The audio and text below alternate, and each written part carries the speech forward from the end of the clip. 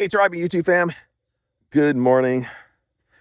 Chad, by the way, just in case you're new here, welcome to Live Life on Your Terms. Couldn't sleep. Well, I slept pretty good, but I'm the one that woke up today. But I'm the one, baby. I'm the one that woke up the roosters this morning. The roosters and that wake me up at 4:30 a.m. But anyway, just going for a morning walk here. It's super early. It's probably like 5:30. Just getting the cusp of daylight. It looks a little bit brighter on the phone, but I got my morning coffee here. Go for a little walk. Usually, like, my morning routine is it's pretty simple. It either goes two ways in my morning routine. is is sometimes I'll go through a long period where when I wake up, and I, of course, go to the bathroom. I make myself a cup of Joe coffee, and then I'll sit down on the computer and start working. I'll just be like, I don't know why, my mind may be sleeping. My mind's kind of refreshed and ready to go. And, or the opposite is I'll kind of get back into a routine where when I wake up, I'll make a cup of coffee, then go for a walk. Haven't gotten into walks for a while just because I am up north in Thailand and Surin, and it's pretty, even in the morning times, it can be pretty humid. But now it's starting to rain a little bit more. So it's a little bit cooler in the mornings now. So might be able to come out, take some walks, kind of see the scenery around me.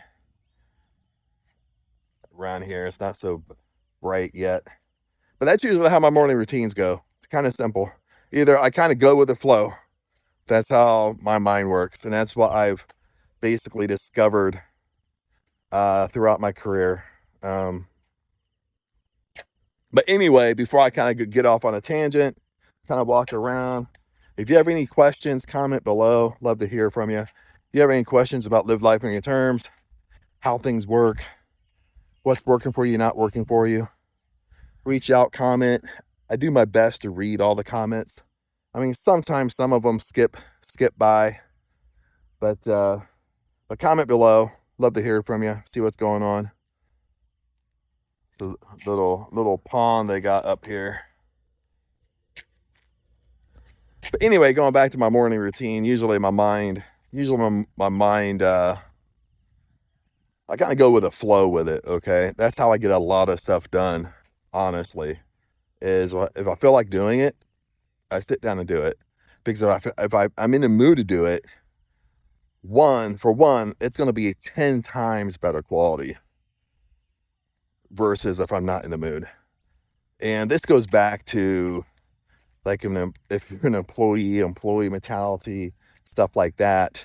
I mean, I remember sometimes I would have job interviews in the past, and they would ask me about my routine, ask me like how I get stuff done and stuff like that. So I would explain to them, like, well, what I do what I'm in the mood for. They didn't like that answer. I've had like interviewers tell me like, oh, well, we're just looking for somebody that's just going to do what we say. But then it's like, dude, I've been in management. Listen, I've been in management from the beginning of my career. I've been in management. I went into management right after college. That's how long I've been in management. And now I can tell you from experience that when it comes to managing people waste flipping time. You know, they're not in it. This is the thing. If they're not in the mood for it, they just sit there and pretend like they're working and wasting time. If they're not in the mood for it, their quality of work just decreases massively.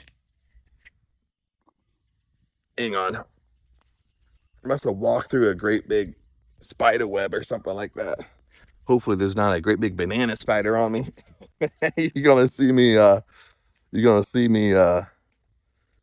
throw the phone down.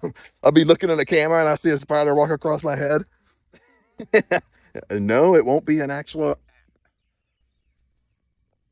I can remember when I going back to my story as I'm interrupting everything, is I would have interviews and they would ask me that stuff, and I would come back with that. I would come back with the same thing I'm telling you. Is like when I would manage people, people just sit on the computer and pretend they're working, but they're sitting there taking a nap, or their quality of work goes down because they're not in the mood to do it. You know what I mean? If that's the hard thing when you work. When you're trying to build a brand, a company, or whatever, you have to be very, very creative, and those creative juices have to be going and have to be flowing. Like it's like me, like I don't work with anybody. I'm an entrepreneur. But when I'm building my own stuff, building my own ecosystem, building my own brand, well, bottom line is I have to be in a mood to do it. You know what I mean? If I'm not in the mood to do it, I'm like, it doesn't make any sense. It's like an oxymoron. Like I'm just going to sit down in my office and just sit there and stare at the computer and take a nap. It doesn't make sense. If I'm not in the mood, I go take a break. I'm in Thailand. We'll go and grab a Thai tea, for a little bit. Sometimes when I lived down in Wuhan or Wahin or Phuket, like we would go play pool for an hour, something like that, or go to the gym, go do something, go eat lunch. I mean, it's a little bit different up in Surin. Surin kind of has way less to do. But that's what I would do. And dude, I get flipping masses of stuff done. I mean, masses. Like if you kind of stayed up with me or stayed up with my YouTube channel, like you can see, like once my mind kind of grasp around, like once I really know kind of what direction I want to go, for example, for YouTube, once I know what my brand is, once I know what my voice is, once I know like what I 100% want to do, dude, the game's on. The game's on at that point. I mean, the things change, things update. I'm changing, updating things every single flipping month. So, but that's a little secret if you're an entrepreneur. You know what I mean? That's just what works for me. I don't know if I want to walk down. I'm trying to think which way I want to go. If I want to walk down this way, it is early in the morning, but it kind of seems it feels good out, but it is a little bit humid. So it feels like it's going to be a hot day, but it's a little bit buggy out this morning. Or I can go this direction. You see that path down there? Or I can go that direction. I'm going to confuse you here. And no, I won't get lost. Hopefully not. So I got keep on like walking through like spider webs or something like that. They're all over my arm. It used to be my hair when I had long hair. But that's the secret, of getting things done. You have to be in the mood to do it. Okay. And people, like when I say that you have to be in the mood to do it, of course you're going to have trolls and employee mindsets sit there and say, well, Chad, you got to do something. You can't just sit there and do nothing. I didn't say I didn't say I wasn't doing something. I said I'm not in the mood to do that one thing. And because I mean, you build a company, you build a brand. I make notes. Sometimes I'll have a great big to-do list because I'll just write things down to get things out of my mind. And like for example, like if I don't feel like filming a video, I'm not going to force it because the video is going to suck. I'm not saying that my videos are all that great, but what I'm saying is I'm not going to be in the mood to talk. You know what I mean? It's just, it doesn't make any sense. So if I'm not in the mood to do a video, maybe I'm in the mood to write a blog. If I don't feel like writing a blog, maybe I'm in the mood to set up my email campaign. You get me on that? So there's always something in your brand that needs to be worked on that I'll be in the mood for. The same way if you have a job, like there's always stuff to do. So you can always choose something that you want to do, you're in the mood to do. I remember years ago, this was at least 10 years ago, I had one of my good friends in California in LA, when I used to live there, he came to me and he was like, that's when I was like writing books on Amazon and stuff like that. He came to me one day and he's like, dude, how do you get so much stuff done? Like, I don't understand. Like, because he's an employee. Now he makes good money, but he's an employee. You know what I mean? But, and I told him, I said, when I'm in the mood to do it, I just do it. And I figured out through that process, like when I'm in the mood to do something, dude, it's 10 times better quality, like I said, and I get it done 10 times faster. Then, but I mean, I do have a superpower. Some of you got superpowers out there. One of my superpowers is I overthink, I overanalyze, I'm obsessive. But see, I've turned these into superpowers. Like when we talk about like being an, like, I don't know where this conversation is going to go, but when we talk about like being an empath, like if you feel like you're an empath, now like an empath will be the two superpowers of an empath is you can feel other people's energy. You're very, very, very good at reading other people, like on a borderline of being psychic. Okay. Your second superpower is you're very intuitive. Okay. But the reverse is true too. If you don't control these superpowers, you don't learn to control them, well, they control you.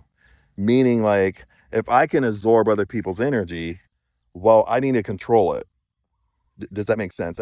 Well, I mean by that, when I hang out with somebody or I hang out with a group of people, well, I can pick up the energy very, very quickly.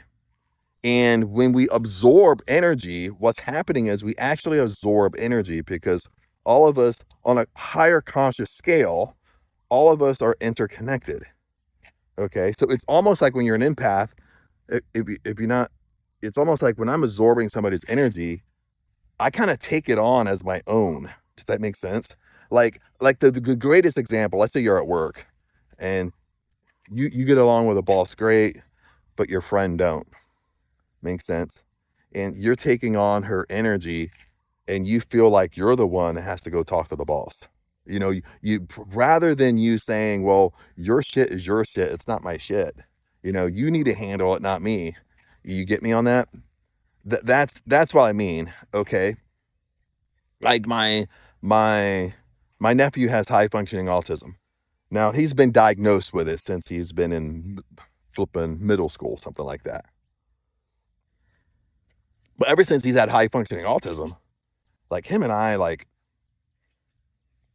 are, I don't want to say we're identical, but very, very similar in personality. So that's what kind of made me think that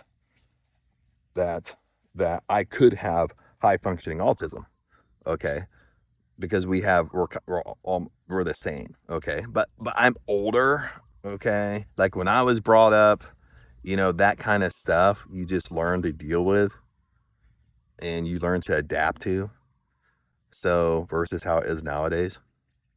So that's where I get my obsessive part. Okay. I can be very, very obsessive. Okay. But again, it's true both ways. You can control your superpower about being obsessive. It's not going to go away. It's not going to go away, guys. You can control your superpower or your superpower controls you. What I mean by that, like I can be obsessive with work, almost like I'm a workaholic, or I can be obsessive with other things I shouldn't be. You get me on that? Let's keep it PG for YouTube.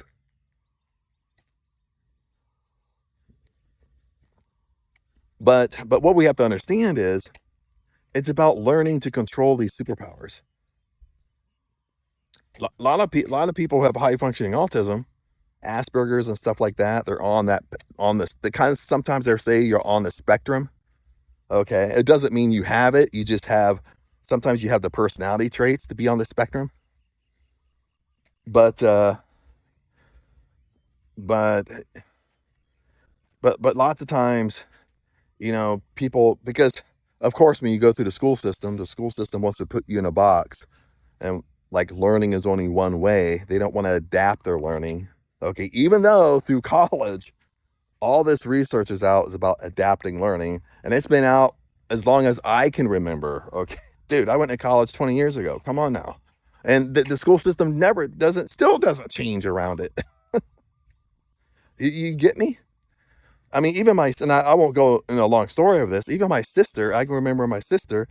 I can't remember if it was with Carson was in middle school it happened, or when he was like a freshman in high school. Like, she literally had to hire an attorney and sue the school because the school system wasn't abiding by, like, and I don't know all the terminology, my sister would know it better, abiding by like all the like the statutes and all the little laws around children with autism. Like, literally. Like, she literally had like a principal sit there and tell her, well, we don't think he has autism. And she's like, he's been diagnosed with it since middle school. That's when she said that remark, that's when she went and hired an attorney. Like, it just, yeah, I don't even want to go down that rabbit hole. You know what I mean? But what my whole point is kind of going back to autism, ADHD. Okay. The issue is, if you're young, you're listening to this, the issue is, or you know somebody listening to this that has autism or something like that. I mean, the one thing is, when you have ADHD, you have autism and stuff like that, it's not the same for everybody. Okay. That's one you have to understand. Okay. Like, we might have similar traits, but it's not the same for everybody. A lot of dogs down there. Let's walk the other way. They're going to start yakking at me when I go down there, at least the dogs. So the thing is when you go to the school system, you beat yourself up, you get all depressed because maybe you have trouble relating to people, or they try to pigeonhole you in a box because you don't learn like everybody else. And that sucks. Okay. I've been there, done that stuff. That sucks. But what you have to realize, I realized when I got older, is that use it for your superpower. Bottom line. Okay, it's not going to go away. Like, if you're an overthinker, it's not going to go away. You're not going to take medication and it goes away. You know what I mean? The only thing is you controlling it. You learning to control it. Like, if you're obsessive, it's not going to go away unless you learn how to control it. There's no medications that are going to take it away. Okay. So it's about you just accepting who you are. And I know that's hard when you're young, you're in school. But you know what? As an adult, you think it's going to be easier, and it's not. Most adults are flipping worse than kids in school, kids in high school. You know what I mean? So the faster you accept yourself, the faster hey, this is my superpower. And it really is a superpower. You're an entrepreneur. Why don't you use it as a superpower, baby? Why don't you use that laser focus you have, that laser obsessiveness you have, as a superpower? Why don't you do that? Because you know what? As an entrepreneur, you can beat most people. You can beat most entrepreneurs. I mean, once things get rocking and rolling, you're like 10 steps ahead of somebody. Does that make sense? Like, even for myself, like, even YouTube, for example. Yeah, it might take a little bit while to become the king, but the king of YouTube, the king of my domain, the king of my niche, that's what I'm talking about, is it might take a little bit while, but once it happens, I'm gonna be so far ahead of people. Make sense? I mean, because I've stayed consistent with YouTube for 3 years. I think almost 3 years now. I think I started back in 2023. This is 2025, like 2 years, not 3 years. It's been 2 years, 2.5 years. I mean, use your obsessiveness, use that laser focus, use that. For some reason, like, sometimes even high functioning autism, sometimes they have a knack where they just don't give up. They just keep going and going and going and going and going. Use that as a superpower. Come on, guys. Somebody needs to tell you that. Like, you think it's a weakness. See, that's the thing. You think it's a weakness. The school system thinks it's a weakness, but it's not a weakness. Use it for your strength. Okay. Even in college. Okay. When I was in high school, I never studied. Okay. I mean, once in a while I would study, but most of the time I would just show up and take the test. And for whatever reason, it's just how my brain works. Like, I can sit there and listen to you all day long, and if it's something I'm not interested in, I'm not going to remember it. So you can kind of guess how my high school went. But when I went to college, I was the same way. Now in college, I really tried to do the right thing. I really tried to, study, cram, stay up all night and cram. Dude, that stuff didn't work for me at all. I would stay up all night and cram, literally all night, and cram for a test, and I would still get a D on it. I said a D as in dog. Yeah, I had professors talk to me, be like, "Well, Chad, you need to study," and I stood up all night. They didn't even believe me. But see, just for how I learned, how my brain learned and stuff like that. See, that study pattern didn't work for me. And it took me a while to figure it out. And maybe you're thinking, Chad, tell me what worked for you. I will. Don't worry. But what really worked for me in college, and once I figured it out, I got all A's and B's. A's in apple and B as in boy. Okay, mostly A's. Because like when I knew, especially in college, when I knew a test was coming up, or you would know like a week in advance, what I would do is I always took excellent notes. That a week before the test, all I would do every single day is I would read through my notes. No matter if I had 5 pages of notes or 10 pages of notes, it didn't matter. I would sit down every day. All I would do is just read through the notes every day. Just read through it. But what I noticed is once I got to day 4, by the time day 4, I started literally memorizing my notes. Okay, I knew what it was. Then it just enhanced by day 5, 6, and 7. By the time I sat down for the test, dude, I knew my notes from, holy crap. I could repeat my notes to somebody. But I didn't study for hours. All I did was just once a day read through my notes for a week before a test. After that, I started getting A's on everything. It was amazing. And I didn't have to stay up all night and try to cram. But one of the things I noticed through this, like listen to this, one of the things I noticed with this is cramming never worked for me. But another thing I noticing, like all my friends and acquaintances in the classes I would take. Of course, there's a lot of people in there that would cram all night long, get an A because they were really good at just short-term memory. And what I noticed with them is how I studied versus them is how I studied was I studied a week in advance. Like I knew the material. That's what I started noticing is I knew the material.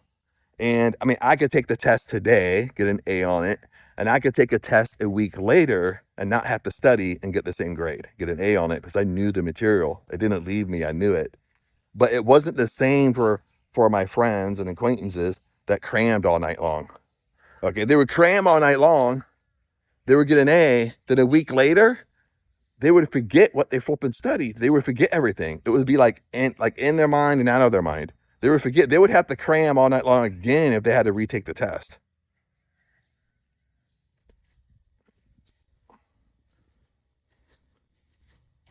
So I don't know why I'm talking about this. It's just, just kind of like naturally kind of what's coming to my mind. But use things as a superpower.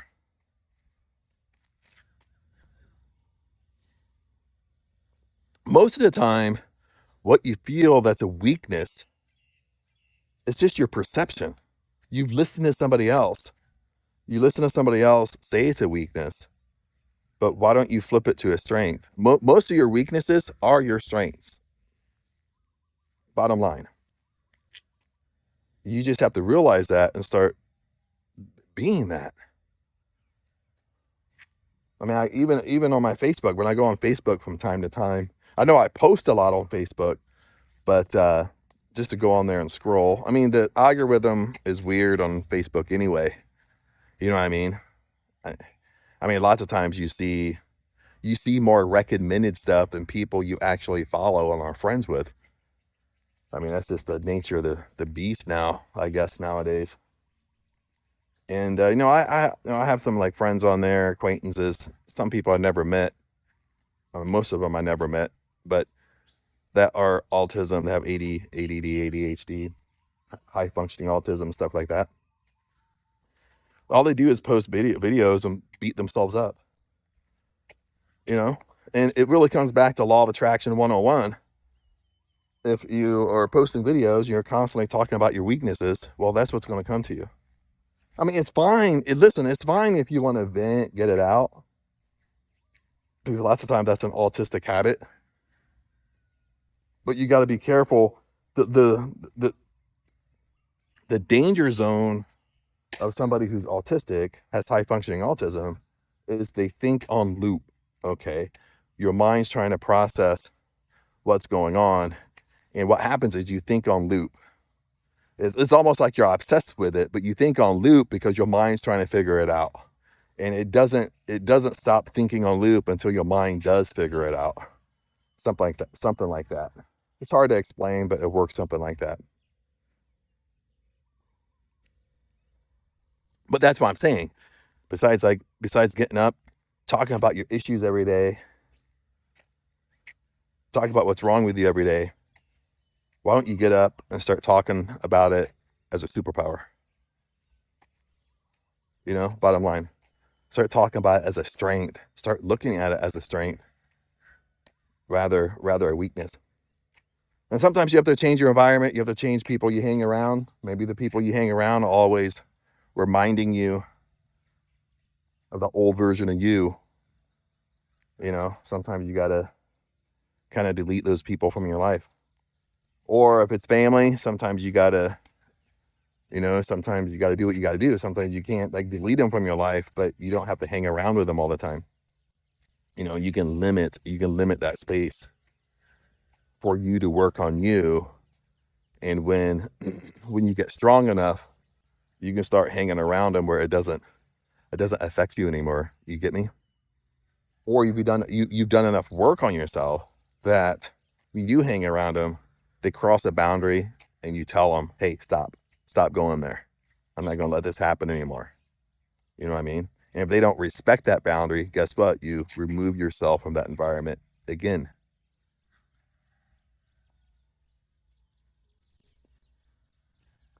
But I don't know why. I guess it was just on top of my brain when I started thinking about that, going for my walk, going in that direction. Well, I wasn't really planning on going in that direction, but as we wrap this up, it's been about a half hour now. I just really want to come on, do a casual conversation while I do a walk, see how everybody's doing, and make sure you comment below. Always reach out. I was looking at that view right there through there. Always reach out if you have questions. If there's certain topics you want me to talk about that I just don't talk about, you can put some comments on there too. Either way, anything. But just want to reach out as I take this casual walk. Do more of a vlog style. Not always get so serious with editing and yes, from time to time I like to do that stuff. Do like super editing stuff over videos and stuff like that. But sometimes I struggle with that because sometimes I feel like even though the videos are good, edited, they're more to the point. But sometimes I feel like, I lose that. I don't feel like I'm connecting with the people as much. But people resonate with different styles. People resonate with this style. Some people hate this style, this style of video, a vlog video. Some people resonate more with just get to the point, Chad. Just tell me. Just tell me the secret of life. You know what I mean? So yeah. Got something in my ear. As I was digging into my ear there.